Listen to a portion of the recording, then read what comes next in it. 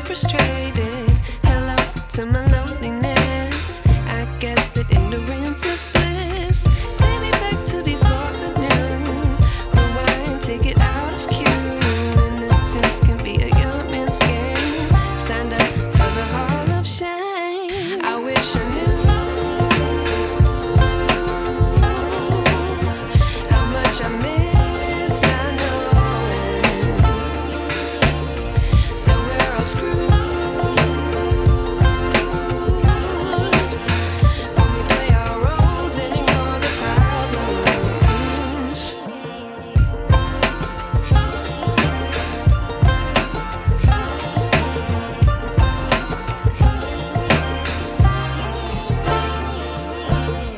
I like to be away in my patience. Stay up, I feel so outdated. How can we look the other way? Sun is out, but the sky is gray. What would happen if I took a chance? It's always hard at first glance. I don't wanna, but I know I gotta do it. The truth is hard to swallow. I think I'll chew it.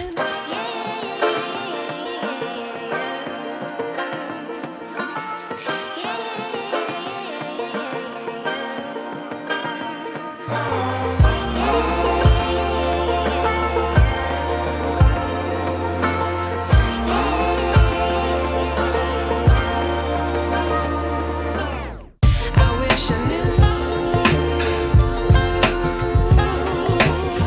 how much I miss.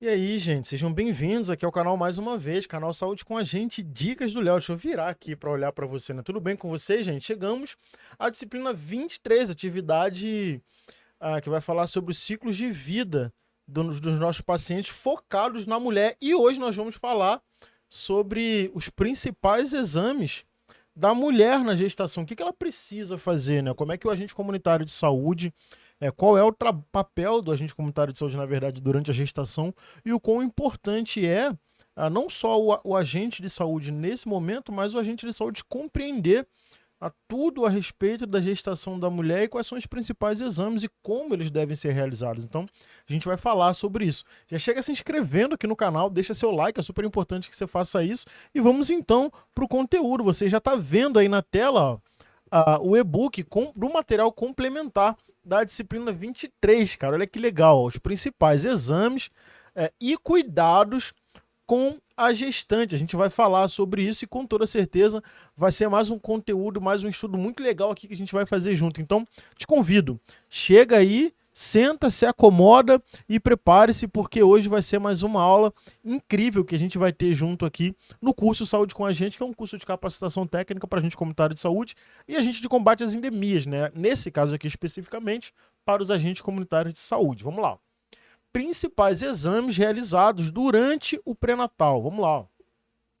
1. Tipagem sanguínea e fator RH, né? Aquela, sabe, meu sangue é O negativo, meu sangue é B positivo. Então, também está aqui, ó. É o exame para identificar o tipo de sangue. Se a gestante tem RH negativo e o pai do bebê tem RH positivo. Ela deve fazer um outro exame durante o pré-natal. O combus indireto. Após o nascimento, caso o bebê tenha RH positivo, a mulher deverá tomar a imunoglobulina anti-D para evitar problemas na próxima gestação. Então perceba a importância de saber o tipo sanguíneo, tanto do pai quanto da mãe, as questões de diferenças de positivo e negativo, para que a mulher possa se cuidar durante a gestação atual, já promovendo aí o cuidado, a promoção e prevenção de doenças da próxima gestação. Que legal, né? Hemograma é o exame que identifica problemas como anemia, que é comum na gravidez e deve ser tratado. Eletroforese de hemoglobina.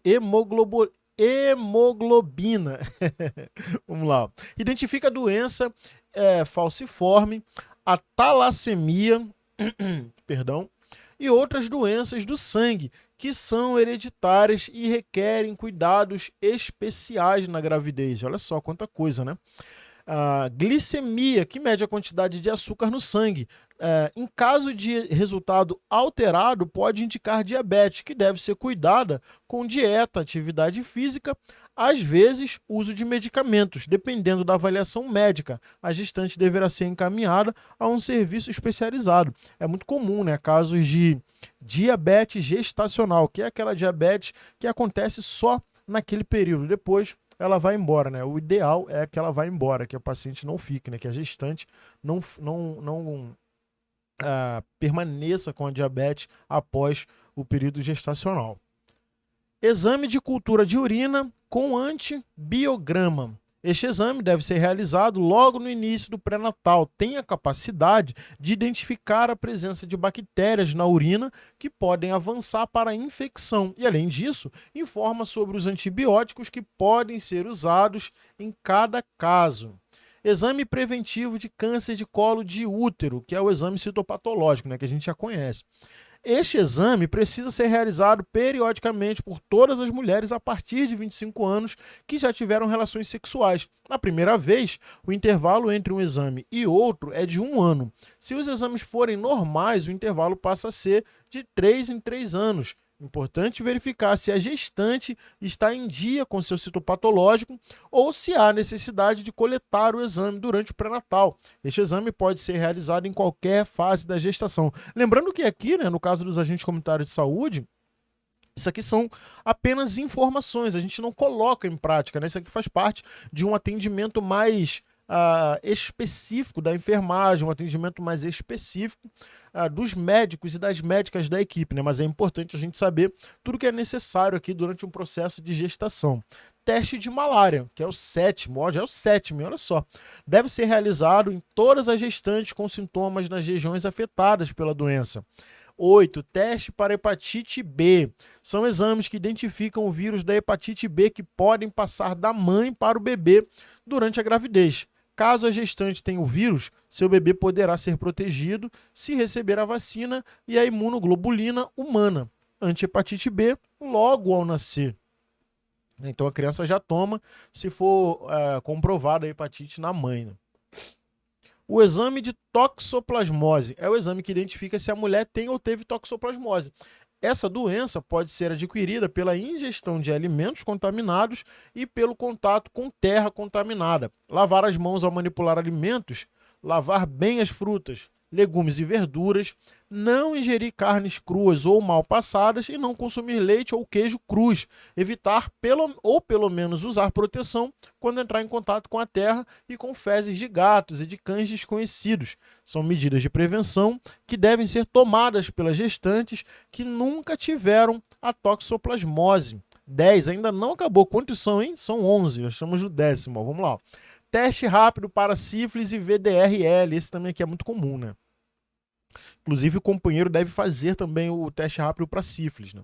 Esses testes identificam a sífilis, uma infecção sexualmente transmissível que pode passar da gestante para o bebê durante a gravidez. Quando não tratada, a sífilis pode causar aborto, portanto prematuro, baixo peso ao nascer, malformações e morte do recém-nascido. Em caso de teste positivo, tanto a gestante quanto o parceiro devem ser tratados o mais rápido possível, pois caso o parceiro não se trate, a gestante será novamente infectada. O tratamento da sífilis com penicilina, benzetatina, a famosa benzetacil e a dolorida benzetacil, né, é o único modo eficaz de tratar o bebê ainda na barriga da mãe e prevenir que ela tenha algum problema, né? Esse tratamento deve ser feito na unidade básica de saúde, onde é realizado o pré-natal. A gestante e seu ou sua parceira devem realizar o teste de sífilis pelo menos no primeiro e no terceiro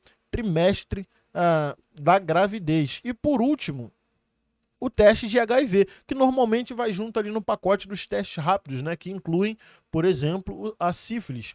São exames que identificam o vírus causador da AIDS, doença que compromete o sistema de defesa do organismo, provocando a perda da resistência e da proteção contra outras doenças.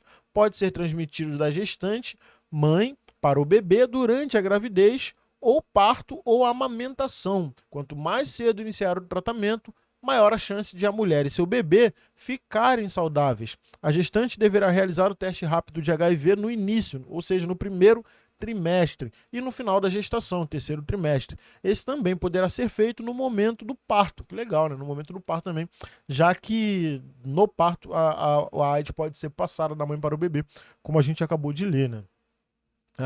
Como são vários exames que a gestante deve realizar ao longo do pré-natal, durante as visitas domiciliares, peça a carteira da gestante e verifique se os exames foram realizados e se os resultados dos exames foram registrados. Ou seja, a gente não solicita, né, esses exames, mas é importante que a gente tenha anotado todos eles. Sempre que a gente sair para visita domiciliar e encontrar uma gestante, a gente pode pedir lá a carteira de vacinação e ver se esses exames foram realizados e se estão registrados, né, o resultado deles na carteira da gestante. A realização de sorologias e testes rápidos para sífilis e HIV durante o pré-natal é um fator decisivo para a prevenção dessas infecções. Seu diagnóstico e tratamento precoces na gestante e para a adoção de medidas de intervenção que impactem na redução da transmissão vertical dessas doenças. Lembre-se de que a realização desses exames está entre os indicadores do programa Previne Brasil, como abordado anteriormente, né? Aqui fica sempre não é crítica, né? Mas algumas coisas são bem específicas e aí são levadas para cá, né? Que é o indicadores do Previne Brasil, né? Eu acho que a gente deveria se preocupar mais com atenção, prevenção e promoção do que propriamente em bater as metas dos indicadores, né? Para poder receber mais dinheiro, né? Enfim, eu sei que o município precisa de dinheiro, mas quando a gente coloca, né, os indicadores do Previne Brasil, aí ela sai um pouco, a atuação sai um pouco do campo da humanidade para entrar no campo da matemática, né? Mas enfim, sigamos aqui, ó. Bia, gostaria de te mostrar esse panfleto informativo que a minha equipe de saúde elaborou sobre os incômodos mais comuns que podem acontecer na gravidez e também sobre os sinais de alerta para que a gestante procure o serviço de saúde. Ele é bem prático e vai me ajudar a fazer as orientações para gestantes durante as visitas domiciliares. Leia e me diga o que você achou. Aqui é importantíssimo, gente. Aqui, ó, é onde a gente vai entender de fato como a gente pode orientar as nossas gestantes quando a gente chegar numa visita e ela fizer queixa de algum incômodo. Então a gente vai ver agora como que o agente comunitário de saúde já pode ativamente contribuir aqui na orientação com a gestante, né? Vamos lá, vamos ver então aqui, ó. Cuidados com a gestante. Orientações que você, ACS, deve fornecer às gestantes durante as visitas domiciliares. Aqui começa a ficar mais prático para a gente, né? Ó, desde o início da gravidez até o final, o corpo da mulher passa por transformações e adaptações necessárias para o desenvolvimento do bebê. Com isso, podem aparecer alguns sintomas indesejados, que chamamos de queixas comuns da gravidez. Então a gente já vai saber que algumas queixas que a mulher fizer para a gente, que as mulheres fizerem, a gente já sabe que é comum, que é normal e ela não precisa ficar em alarme, né? Ou pelo menos fica atenta, mas não precisa ficar desesperada. Vamos lá. Sangramento da gengiva pode ocorrer mais facilmente durante a gestação. Oriente sobre o hábito diário de cuidados com a saúde bucal. Usa fio dental diariamente, uma escova de dente macia com creme dental. Além disso, aproveite para verificar se a gestante já realizou a consulta odontológica. Olha aqui a deixa, né? Já passou lá no odonto? Enjoos e vômitos. Esse daqui, então, a gente nem precisa falar, né, gente? Todas as gestantes passam por enjoos e vômitos durante a gestação. Azia e queimação também é muito comum entre as mulheres, né? Pode ocorrer, oriente a gestante a comer mais vezes por dia e em menor quantidade, que é difícil, né? Porque normalmente quando ela está gestante, ela sente mais fome. Mastigar mais vezes e mais lentamente. Evitar beber líquidos durante as refeições e evitar se deitar logo após as principais refeições. Olha só, hein? Cãibra e formigamentos nas pernas. Elas começam a falar, minha perna inchou, tá formigando e tal. Corre para a unidade de saúde para pedir ajuda, né? Vamos lá. Pode acontecer na gestação. Oriente sobre a realização de atividade física moderada, caminhadas, por exemplo, fazer exercício de alongamento e tomar muita água. Pode também aquecer e massagear as pernas, principalmente antes de dormir. Olha que formas de combater aí, aliviar pelo menos as câimbras e os formigamentos nas pernas das gestantes. Varizes nas pernas, isso daqui já começa a mexer com a autoestima da mulher, né? Aparecem por problemas de circulação e dilatação das veias das pernas, causadas pelo crescimento do útero. Oriente para não ficar muito tempo em pé ou sentada. A cada 2 horas, levantar as pernas em uma cadeira. Pode também usar mais meias elásticas e preferir calçados e roupas confortáveis.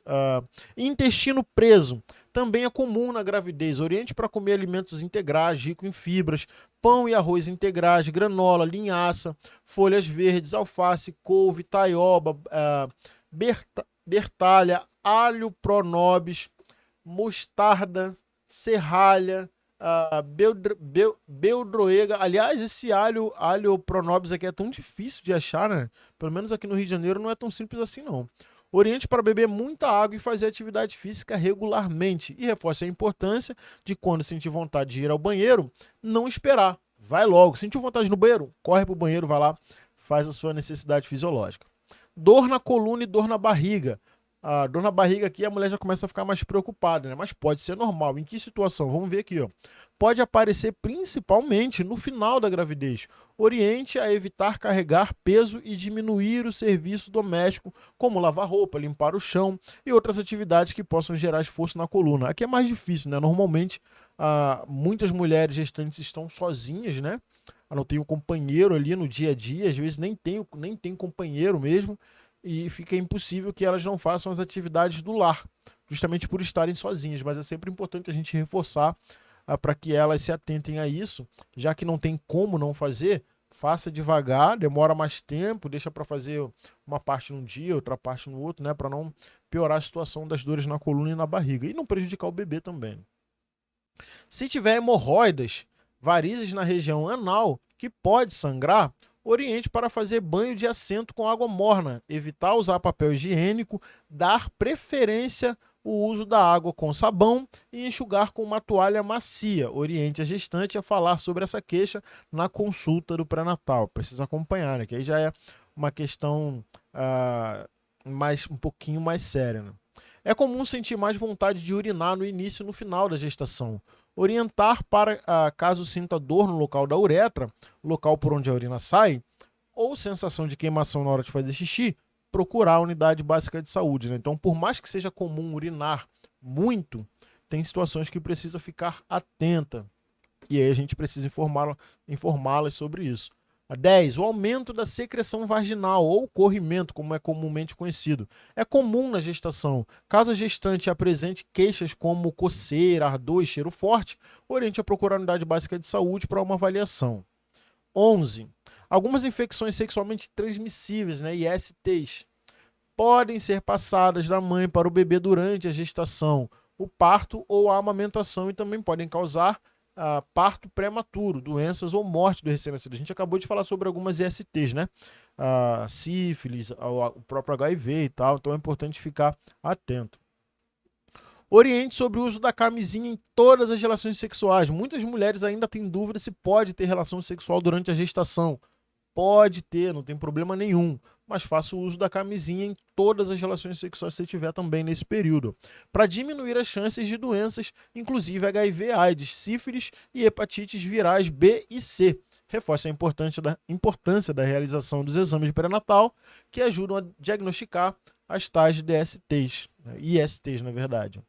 É muito importante se proteger do mosquito que transmite a dengue, a chikungunya e a zika. A gente viu há um tempo atrás que algumas dessas doenças aqui estavam causando microcefaleia, né? Pelo menos estavam estudando essa relação dessa doença, da chikungunya, da zika, na verdade, com a microcefaleia. Então, é bom tomar cuidado, principalmente durante a gravidez. Oriente sobre o uso de repelente todos os dias e sobre a eliminação de criadores no ambiente. Não deixar acumular água em latas, tampinhas de refrigerantes, pneus velhos, vasos de plantas, jarros de flores, garrafas, caixa d'água e todas essas coisas que nós já sabemos. Então fiquemos atentos.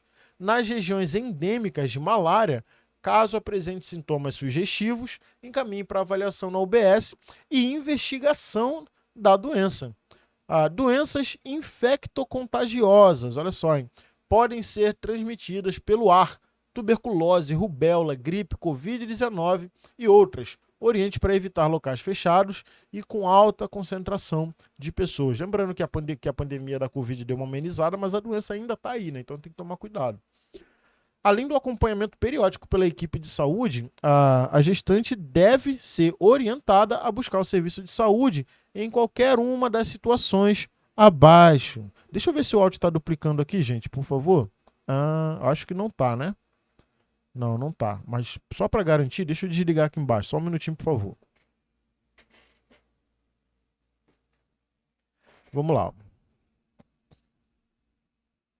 Além do acompanhamento periódico pela equipe de saúde, a gestante deve ser orientada a buscar o serviço de saúde em qualquer uma das situações abaixo. Quais são elas, hein? Aqui é onde a gente vai falar, olha, você precisa ir na unidade, tá bom? No início a gente estudou aquilo que é comum. Agora a gente vai passar um pouco daquilo que é comum para aquilo que a gente deve ficar em alerta, ou seja, em que momento devemos encaminhar a gestante para a unidade básica de saúde. Nesses momentos aqui, ó, se a pressão estiver alta, se sentir dores fortes de cabeça com a visão embaralhada ou enxergando as estrelinhas, já viu quando a gente está olhando assim, vê um monte de pontinho brilhando na nossa frente? Isso é muito comum, eu vira e mexe tenho isso, inclusive.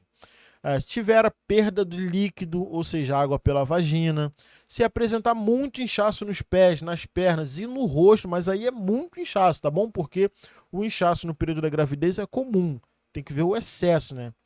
Principalmente ao acordar. Se tiver dor ou ardor na uretra, né, que é o local por onde sai a urina, ao urinar, então tem que levar, pode ter alguma infecção acontecendo. Se houver sangramento vaginal, mesmo sem dor, tiver contrações fortes, dolorosas e frequentes. Aqui está nascendo já, né? Aqui a criança já está vindo ao mundo. E se apresentar febre, dor de cabeça, dor no corpo, vermelhidão nos olhos ou manchas vermelhas na pele. Sempre que a gestante estiver com febre, ela precisa ir para a unidade básica de saúde. Pré-natal odontológico. Como funciona então essa parte? Ó? O estado da saúde bucal ao longo da gestação relaciona-se diretamente com a saúde geral da mãe, podendo influenciar na saúde geral e também na saúde bucal do bebê. Alguns estudos correlacionam a saúde periodental, a saúde dos tecidos ao redor dos dentes e gengivas de gestantes, com partos prematuros ou nascimentos de bebê com baixo peso. Alterações nos hormônios estrogênio e progesterona nas mulheres durante o período gestacional podem agravar doenças que já existem na boca e nos dentes. Então, lembre-se de que a gestante deve receber, no mínimo, um atendimento odontológico individual realizado na APS durante a gestação. Esse também é um indicador lá no Previne Brasil, né? Então está alertando a gente aqui sobre isso, ó. Pré-natal do parceiro. Olha só, gente, existe o pré-natal do parceiro. Então agora a gente vai falar sobre o pré-natal do homem, o pré-natal do parceiro. Vamos ver o que diz aqui, ó. A estratégia pré-natal do parceiro é uma ferramenta inovadora que busca sensibilizar a importância do envolvimento consciente e ativo dos homens em todas as ações voltadas ao planejamento reprodutivo, contribuir para a ampliação e a melhoria do acesso e acolhimento dessa população ao serviço de saúde, detectar precocemente doenças, atualizar a carteira vacinal e incentivar a participação em atividades educativas nos serviços de saúde. Eu me lembro, quando o Felipe nasceu, que eu tive um pré-natal do parceiro. Não era chamado dessa forma, era um curso para os pais, era literalmente assim que era chamado, e eu fiz. Então, durante todo o período do pré-natal da mãe do Felipe, que a gente ia lá para a maternidade, enquanto ela tinha a consulta de pré-natal, tinha o curso para os homens, e foi um período muito legal, aprendi bastante coisa. Já fazem 14 anos que isso aconteceu. Hoje o nome já é outro, hoje o nome é pré-natal do parceiro. O início da participação do pai, do parceiro, nas rotinas de acompanhamento da gestante, dá-se após a confirmação da gravidez em consulta médica ou de enfermagem. Esse primeiro contato deve ter uma postura acolhedora, visando incentivar a participação dele nas consultas de pré-natal e nas atividades educativas, bem como informar-lhe que poderá tirar dúvidas e se preparar adequadamente para exercer o papel de pai durante a gestação, o parto e o pós-parto. Eu consegui, cara, participar de todas as consultas agora recentemente da Liz, do pré-natal dela. Foi um privilégio, muito legal acompanhar de perto e aprendi muito, mas aprendi muito mesmo. Então você que é pai, que está passando por um processo de gestação, recomendo que você se aproxime muito mais da sua esposa nesse período e sempre que for possível acompanha ela nas consultas de pré-natal, que você vai ver o quão legal é. É muito gratificante também perceber ali, acompanhar o desenvolvimento do bebê na barriguinha da mamãe. A coisa mais linda do mundo. Você, ACS, durante as visitas domiciliares, também deverá adotar essa postura acolhedora e incentivadora para o pré-natal do parceiro. Na figura 1, apresentamos o fluxograma da participação do homem nesse processo. Olha aqui, ó, o fluxograma. Ó. Número 1 aqui, ó, deixa eu dar uma aumentada para vocês lerem, depois eu reduzo. Ó. Primeiro, chegada do homem no serviço de saúde. Informar como será a participação do homem no pré-natal, parto e puerpério. Puerpério é após o nascimento do bebê. Segundo, realizar o atendimento incluindo os exames de rotina e testes rápidos. Isso aqui está focado no homem, tá bom? Atualizar o cartão de vacinas, trabalhar com temas voltados para o público masculino, participar ativamente do pré-parto, parto, puerpério e cuidados com a criança. Outra coisa que eu tive o privilégio também de fazer durante a gestação da Liz foi acompanhar o parto. Do Felipe eu não tive coragem e da Liz eu entrei mais do que acompanhar. Eu filmei o parto da Liz, então eu estava ali dando apoio à minha esposa, a Tainá, e ainda filmei o parto todinho, não perdi nenhum momento. Foi muito legal, cara, muito gostoso. Uma experiência que eu vou guardar para o resto da minha vida e que me fez me arrepender profundamente de não ter assistido o parto do Felipe. Era muito novo, tinha muito medo de sangue, resolvi decidir não entrar na sala, que eu fiquei com medo de dar trabalho e também fiquei com medo de desmaiar, isso é verdade. Vamos lá. ACS, veja a seguir algumas ações que você deverá executar junto aos parceiros. Informar sobre os direitos dos pais, como, por exemplo, a licença paternidade de 5 dias garantidos por lei. Divulgar amplamente a lei do acompanhante, a lei número 11.108 de 2005, estimulando que esse acompanhante seja de livre escolha da mulher, ou seja, a mulher também tem o direito de escolher quem ela quer que acompanhe durante esse processo. Divulgar os benefícios de pai, parceiro, se o companheiro no parto... Divulgar os benefícios do pai, parceiro, ser o acompanhante no parto, se a gestante assim o desejar. Eu já falei, né, um dos benefícios, né, ter o privilégio de acompanhar de perto ali a chegada ao mundo do bebê. Esse talvez seja o maior, talvez não, né? Esse com certeza é o maior dos benefícios, né? Além de você mostrar apoio e trazer segurança para sua companheira, além de você garantir que ela não sofra nenhum tipo de violência. Existe a violência obstétrica, né? E aí o homem pode ajudar a inibir o surgimento desse tipo de violência. Então é importantíssimo que o homem participe do processo de gestação. Eu vou trazer em outro momento aqui um relato do parto da Tainá e do quanto nós aprendemos juntos sobre violência obstétrica. Foi muito legal. Divulgar os benefícios de o pai parceiro ser o acompanhante do parto, se a gestante assim o desejar. E aqui tem uma leitura obrigatória. Pesquise sobre esse assunto em seu e-book. Saiba mais sobre o repasse de informações aos parceiros. Ou seja, tem mais assuntos, né? Os pais têm o direito a 5 dias de licença paternidade, conforme a Constituição Federal de 88. Algumas cidades como Cuiabá, Niterói, Florianópolis já criaram leis locais que ampliam a licença paternidade para 10, 15 ou 30 dias para servidores públicos. Olha só, você pode ficar até um mês em casa. Então, se você é servidor público, fique atento a isso, né? Um outro exemplo é a Emenda Constitucional 63 de 2015, publicada em 22 de dezembro de 2015, que estende a licença paternidade para o prazo de 30 dias a todos os servidores civis e militares no estado do Rio de Janeiro. Com o objetivo de ampliar esse direito, no dia 8 de março de 2016, foi sancionada a Lei 13.257, de 2016, que dispõe sobre as políticas públicas para a primeira infância e que traz artigos específicos ligados ao exercício da paternidade ativa e consciente, como ampliação da licença paternidade para os funcionários das empresas cidadãs, que agora têm direito a 20 dias. Olha só, cara, vai se informando aí, ó, para ver aonde dentro disso aqui você se encaixa. De repente você tem direito a muito mais do que 5 dias, né? O governo federal instituiu também, desde 2005, a Lei Federal número 11.108 de 2005, que garante o direito a um acompanhante de livre escolha da mulher durante todo o período de trabalho de parto e pós-parto imediato. Essa lei do acompanhante pode contribuir positivamente para a inserção dos homens nas consultas de pré-natal e consolidar a mudança crucial do paradigma do binômio mãe-criança para o trinômio pai-mãe-criança. Veja o quanto é importante, né? Esse processo de... Deixa eu aumentar a tela aqui para falar isso rapidinho. Esse processo de gestação, ele não pode ser um processo mãe-criança, né? Tem que ser mãe, pai, criança. Pai, mãe, criança. Sim, é uma corresponsabilidade que vocês têm que ter desde a gestação, né? Então, seja pai presente, esteja com seu filho desde o primeiro momento ali na barriga.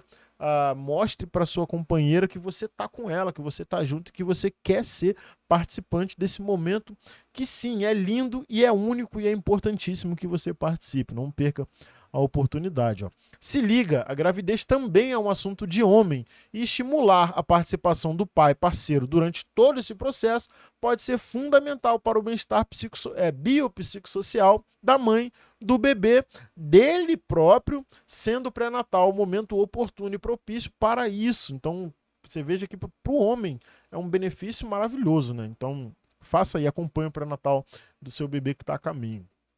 Lembrete, apresentamos aqui a estratégia do pré-natal do parceiro do Ministério da Saúde, mas como vocês estudaram na disciplina Abordagem Familiar no Território da PS, hoje em dia sabemos que existem diversas estruturas de família, nem sempre com um casal homem e mulher. Sendo assim, toda abordagem apresentada nessa estratégia do pré-natal do parceiro poderá ser aplicada de acordo com o arranjo familiar. E nós estudamos diversos tipos de arranjos familiares, né? Então aqui ele está lembrando da gente, do quanto é importante a gente se lembrar disso, porque nem toda família é constituída por homem e mulher. Podem ser duas mulheres, podem ser dois homens. Aí no caso dos dois homens, o processo de parto ele vem a partir, de repente, de uma mãe ou uma mulher que cedeu, não sei como é que fala tecnicamente, mas o processo de gestação ele também pode acontecer nesse período. Então, existem diversos arranjos familiares e nós, enquanto agente de saúde, precisamos lembrar sempre disso para que a nossa abordagem seja coerente, ética e acolhedora, né? Vamos lá. A enfermeira Cristina lembra a equipe que na próxima semana acontecerá mais um encontro com as grávidas e puérperas do grupo de gestantes da UBS Rama, e coloca em pauta qual será o tema a ser abordado nesse próximo encontro. A ACS Bia relata que uma de suas gestantes perguntou-lhe sobre os direitos das gestantes, porém não soube orientar com muita certeza e tinha algumas dúvidas também. A enfermeira Cristina achou que essa situação traria um excelente tema para ser abordado no grupo da gestante, pois muitas gestantes não têm conhecimento sobre os seus direitos. Então, começou a explicar para a CS a temática sobre os direitos das gestantes. Então vamos ver então quais são os direitos das gestantes. Licença maternidade de 120 dias para gestantes na carteira de trabalho assinada, tá bom? Assinada, sem pausa. Não ser demitido enquanto estiver grávida e até 5 meses após o parto, ela não pode ser a não ser por justa causa, né? Então ela tem garantia de continuar trabalhando, a não ser que seja por justa causa. Mudar de função ou setor no trabalho, caso essa função apresente riscos ou problemas para a saúde da mãe do bebê. Ou seja, se a mãe, agora a mãe, né, tem uma função no trabalho que exige muito esforço físico ou que ela fique muito tempo em pé, ela tem o direito de ser mudada de função. A empresa tem a obrigação de ver a melhor forma de colocar essa mãe para continuar trabalhando, continuar produzindo, sem trazer riscos para si mesma e para o bebê. Então é um direito da mãe, importante ficar atento a isso. A gestante deve apresentar à sua chefia um atestado médico comprovando que precisa mudar de função ou setor. O médico já está ligado nisso, ele vai fazer com toda certeza. Receber declaração de comparecimento sempre que for às consultas de pré-natal ou fizer algum exame. Apresentando essa declaração à chefia, a gestante terá ausência justificada no trabalho.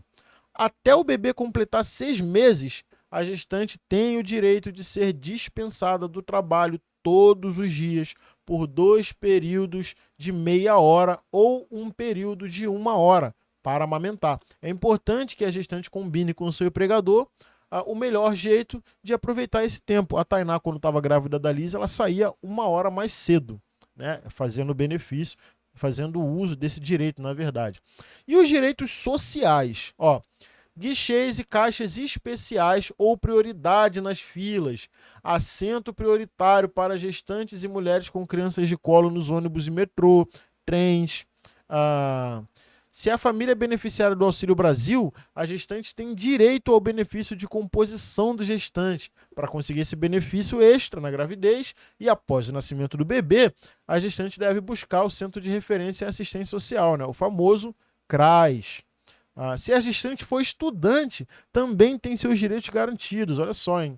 E aqui é estudante ensino superior e também para o ensino comum, né? Primário, secundário, ensino médio, enfim. Ó, a Lei 6.202 de 1975 garante à estudante grávida o direito à licença maternidade sem prejuízo no período escolar. Olha só, ela pode ficar até 6 meses sem prejuízo no período escolar, hein?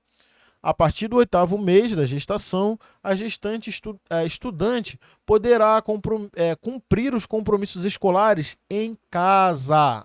Decreto de Lei número 1044 de 1969. O início e o fim do período de afastamento serão determinados por atestado médico a ser apresentado à direção da escola. Em qualquer caso, é assegurado às estudantes grávidas o direito à prestação dos exames finais. Vinculação para o parto. A Lei nº 11.634 garante à gestante o direito de ser informada anteriormente pela equipe do pré-natal sobre a maternidade de referência. A gente sempre fala, sua maternidade de referência é essa, é aqui que você vai ter o seu bebê, mas é maternidade de referência, não necessariamente é obrigatório que nasça lá, né? Tipos de parto, ó. O SUS preconiza assistência ao parto vaginal, seguro e de qualidade, humanizado, com orientação de rotinas às gestantes, que é o parto normal, né? Que é aquele parto onde não precisa fazer nenhum corte, nenhuma cirurgia. Aqui embaixo, ó, deixa eu só ler esse final aqui, ó. Falando sobre os medos, né, e preocupações, para reduzir esses medos e favorecer a escolha da mulher pelo parto vaginal ou normal, é importante que a gestante possa confiar nos profissionais de saúde, saber qual é a maternidade de referência para o parto e poder visitá-la com antecedência. Aqui no Rio a gente tem isso, né? A gestante sabe qual é a sua maternidade de referência e uma vez ou outra ela tem a visita marcada lá para ela conhecer as pessoas, conhecer a estrutura. Isso é super importante e ajuda nesse processo aqui de redução do medo, né, para que ela possa optar pelo parto normal, que é sempre a melhor opção. A cesariana foi desenvolvida para preservar em situações de risco, ou seja, a cesariana não é um tipo de parto que deve ser feito porque o médico quer, tem que ter um motivo para que a cesariana seja feita. Infelizmente, dentro da área da medicina, muitos médicos pegam motivos que não são suficientes e usam esses motivos para fazer, por exemplo, a cesariana. Isso acontece muito na rede privada, né? Mas enfim, vamos voltar aqui, ó. Você sabe o que é o plano de parto? Isso daqui, lembra que eu falei que ia fazer um vídeo para falar para vocês sobre o meu processo com a Tainá, de gestação? Nós aprendemos juntos o que é o plano de parto. É incrível, não sabia que estava aqui nesse documento. Vai acabar que a gente vai falar sobre ele aqui nesse mesmo estudo. Vamos lá. Ó. O plano de parto é um documento elaborado pela gestante sobre suas preferências, desejos e expectativas com relação ao parto e ao nascimento. Normalmente, ela pode definir sobre o acompanhante, as condições do ambiente em que será realizado o parto, iluminação, música, realização de fotos ou vídeos, os métodos para alívio da dor, o tipo de alimentação ou bebida que vai ingerir, a posição do parto, quem corta o cordão umbilical, entre outras preferências. A gestante pode elaborar o plano durante todo o pré-natal, tendo tempo para esclarecer dúvidas, dialogar com os profissionais de saúde que estão acompanhando o pré-natal e ouvir as experiências de outras mulheres. Uma vez elaborado o plano de parto, deve ser impresso e entregue à equipe da maternidade de referência. É importante a pactuação prévia com as maternidades de referência para que elas acolham e dialoguem com a gestante sobre as preferências expressas, levando-se em consideração as condições para uma resposta adequada com a organização do local de assistência, as limitações físicas e recursos relativas à unidade e a disponibilidade de certos métodos e técnicas. É também por isso que uma visita à maternidade de referência é tão importante. A gestante também deve ser informada sobre a conduta em eventuais situações de risco, nos quais pode ser possível atender a expectativa colocada no plano de parto. Então, uma reflexão aqui, ó. Na sua UBS ou no seu município, as gestantes são estimuladas a escreverem sobre o plano de parto. Você já ouviu falar sobre isso? Ouviu algum médico ou enfermeiro falar sobre isso numa consulta com uma gestante sobre o plano de parto? Existe pactuação com as maternidades de referência para o recebimento e acolhida da gestante conforme o plano de parto elaborado? Existe uma conversa, se por acaso esse assunto é falado, né? Até que ponto que pode ser aceito dentro do que a mãe e a mulher estabeleceu e tal. As principais atribuições dos profissionais da estratégia de saúde da família, principalmente do ACS, são o registro, a atualização e o acompanhamento das ações de pré-natal por meio das seguintes ações. Antes de eu falar dessas ações aqui, deixa eu aumentar a tela e falar para vocês o seguinte, ó. Quando Tainá veio para mim com um plano de parto, ela apareceu com um documento que deveria ter pelo menos umas 5 páginas. Fez um estudo na internet, descobriu que havia um plano de parto e ali ela resolveu definir como ela achava que tinha que ser o parto dela. A Tainá estudou pra caramba, foi muito dedicada durante a gestação dela, se cuidou bastante, me chamou ali para participar, participei junto com ela, foi um momento muito gostoso, assim, que a gente viveu 9 meses maravilhosos, né? Para ela, um pouco sofrido por conta das reações da gestação, mas foi muito legal.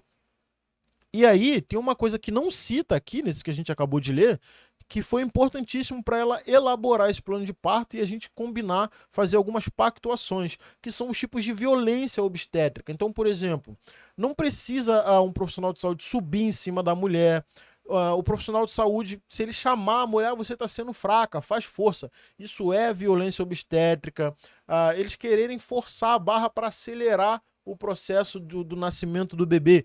É violência obstétrica, porque se o parto é natural, ele é natural mesmo, isso pode fazer com que o parto demore, e se demorar, é natural. Então, a gente estudou muito sobre violência obstétrica, e a Tainá falou assim para mim, pra gente finalizar esse assunto, a Tainá falou assim, Léo, preciso que você saiba o que é violência obstétrica, porque quando eu estiver lá na situação para ter a Liz, eu vou ficar desesperado, eu vou sentir dor, eu vou esquecer do plano de parto, mas você não pode esquecer, você tem que saber você tem que saber todos os tipos de conduta que os profissionais lá, no momento do parto, podem tomar e perceber, ter o discernimento de tudo que é feito ali, onde pode estar sendo praticada uma violência obstétrica, porque se acontecer, você tem que intervir, você precisa intervir. Por exemplo, ela falou para mim, olha, eu não quero tomar a hack, né? Acho que é a hack para